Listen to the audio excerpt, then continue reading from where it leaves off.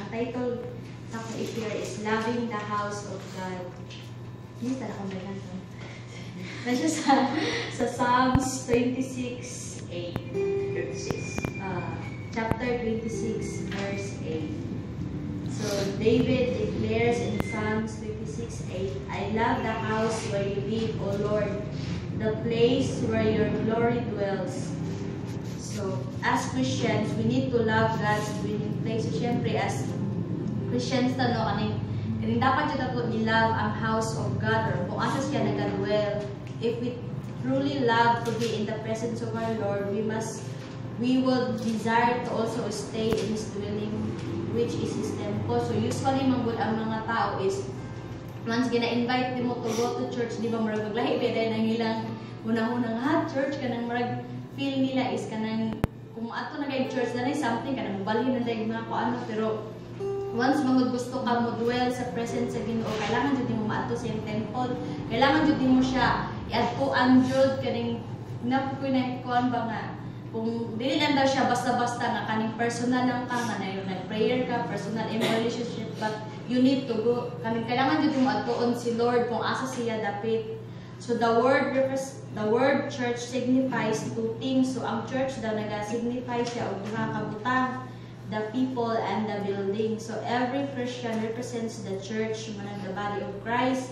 It is not just about the physical structure where we go, but the people from whom we experience fellowship with. So, syempre, kung ingon kag church,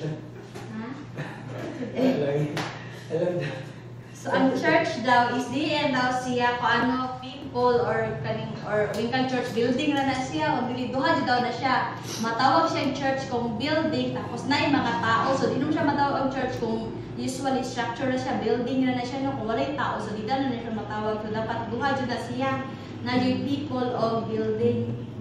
So, in Psalms 27 form, the psalmist expresses desire to be in the house of the Lord. So, one thing I ask of the Lord, this is what I seek, that I may dwell in the house of the Lord all the days of my life, to gaze upon the beauty of the Lord and to seek Him in His temple.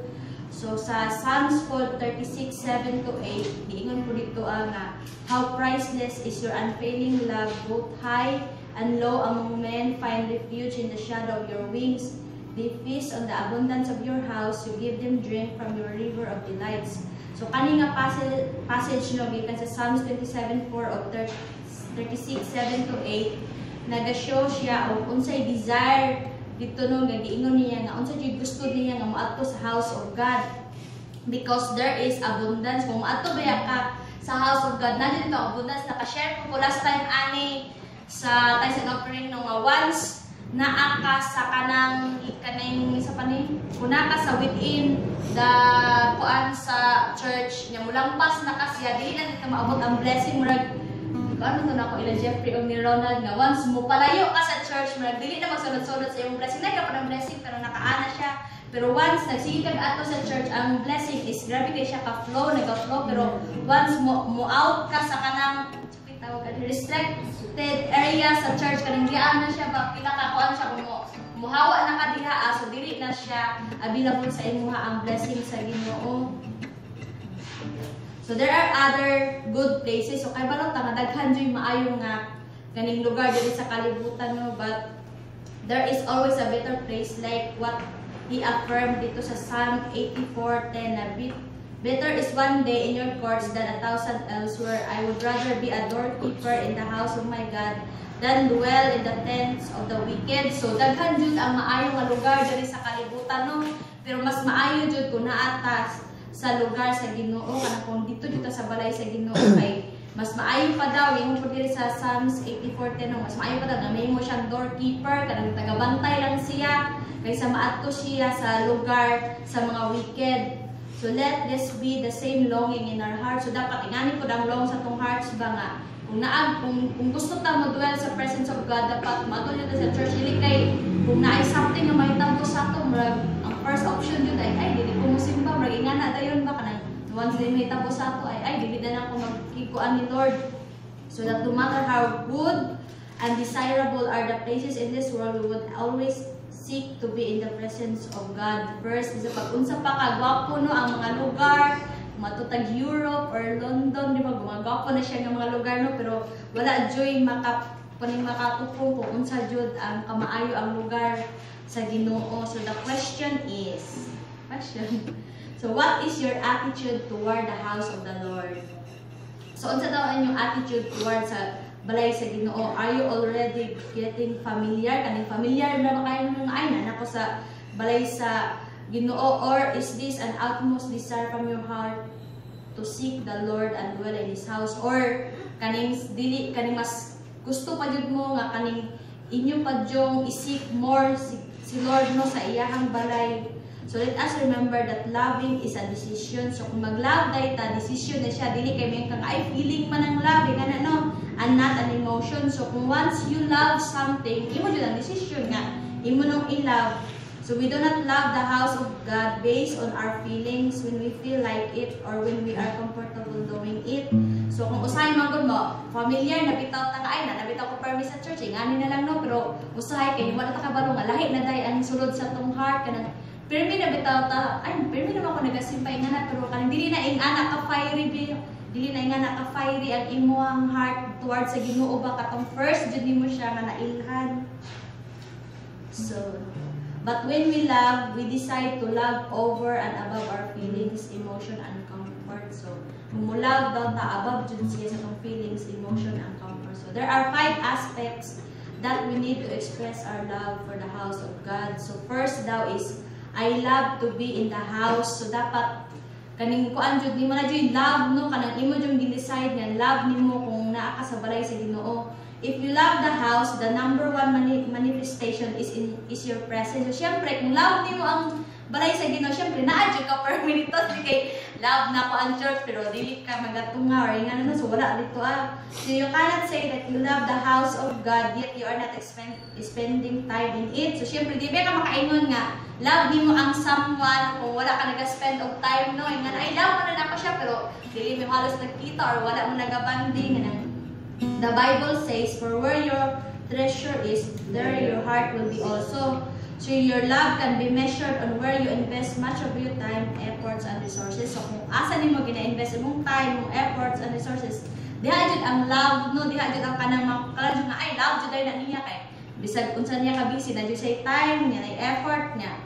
Kanang ginakuan jud niya na, gina-spend po niya yung resources dito So, ikaduha is, I love the people in the house. Syempre, you cannot remain in the house without loving the people. So, we have to be excited every time we see our brothers and sisters in Christ. I love that. Pero not for being excited. Kanang na yung maabot ba? So, kanang kaanjot. So, syempre, kung we love the house of the Lord, syempre, i-love ko na ito. Kanibaha ka naman doon siya, building of people. Syempre, i-love din na ito ang people. Kanang nandiyo tayo love sa atong brothers and sisters. Hindi pag-usay ka ng ikaw na kayo na, pero love lang gihapon ang mo-above no, sa kanan. Wala dyan kuan ka nang dili dyan ka makaingon nga, ay, kuan mo siya, pero bing manigay nga love. You love one another dyan siya, no? I-appeal pag ito nga love your enemies. Ingana pa dyan siya, na pa dyan siya, ingana. So, number 3 is, I love the vision of the church. Our vision is nation transformation. So, kay balot tanga dyan na itong vision, no? Kanang wala dyan na make souls, dyan na siya. Kaning win souls and make disciples, dyan na siya. So, wala dyan tayo lain na vision. So, lahi kang nabawaan na vision sa upan. So, lahi na siya. Dili na siya. Dili na church siguro na bilong. So, the church does not exist to just meet and gather. So, wala ta gather sa church kay mag-meet lang ta or gather, no? But it exists for a cause. So kung nag-church ta dapat kabalo jud ka kung say cause kung nakadiha dili kay ay maato na ko ma-attend na ko niya after ulit dayon ko naminaw lang ko nga nang so kabalo jud ka na kay buhaton. So we believe that if we want change for this nation, we will start from a vision. Syempre kung gusto ka na mahitabo nga bago na jud kay vision. So we need to dream for our land. Our desire should be everyone who enters the church will receive vision. So tanan jud under sa ato dapat ato jud istorya sila unsay vision nato kay para makaibalo sila unsay lang ganaan sa church di kay mo gather lang sila or kanang muli lang sila no kani magkakanta lang sa dili kay wa man ingon nang Ginoo nga go and kaning dance, go and sing go and make disciples bandit siya yung giingon. So ang number 4 is I love the standard and order in the church. Siyempre, yun siya mawala. No? Appeal dyan siya. So we need to follow, obey, and submit to the standard. So every churches dyan na just like standards. Lahi din ang standard, no? So these standards are intended to protect us and maintain order in the house. So we must be open for change every time we are corrected in our ministries, character, and personality. So syempre, kailangan mo yung tanay standard. Kung wala tayong standard, so dili yung mo pa ito mo update ta or mo change, no? So syempre, kung nagani standard ang church, dapat mo-abide yung ta anak. Unsa ka standard ang gihatag sa church, dapat kahibalo yung ta. Kaya dili kay kung unsa ra atong kagalingong na standard, kung dili unsa yung standard sa church. Then lastly, number 5 is, I love to help the church to be beautiful. So apil today na siya. So we live according to our name, GIL Get Connected. We are connected to God. So mo na dapat ang atong kanong ay connected mo ni GIL Get Connected mi niya dapat connected jud mi sa Ginoo, no? So we must help in maintaining that connection. So ato jud na gina-maintain ka nga connection. So anyone does not want to involve in connection, he must make sure that he is not making any disconnections. So kung katong uban kaning wala, dili sa gusto makikonnect, so dili dyan sila mabuhat ng kaning magpa-disconnect sila sa uban. So part of making the house beautiful is our financial investment. Siyempre, ang atong mga finances, kinahatag dyan natin sa church, no? Siyempre, atong tithes and offering, dapat faithful dyan taan na. So every time we go to the house of God, we must not come empty-handed.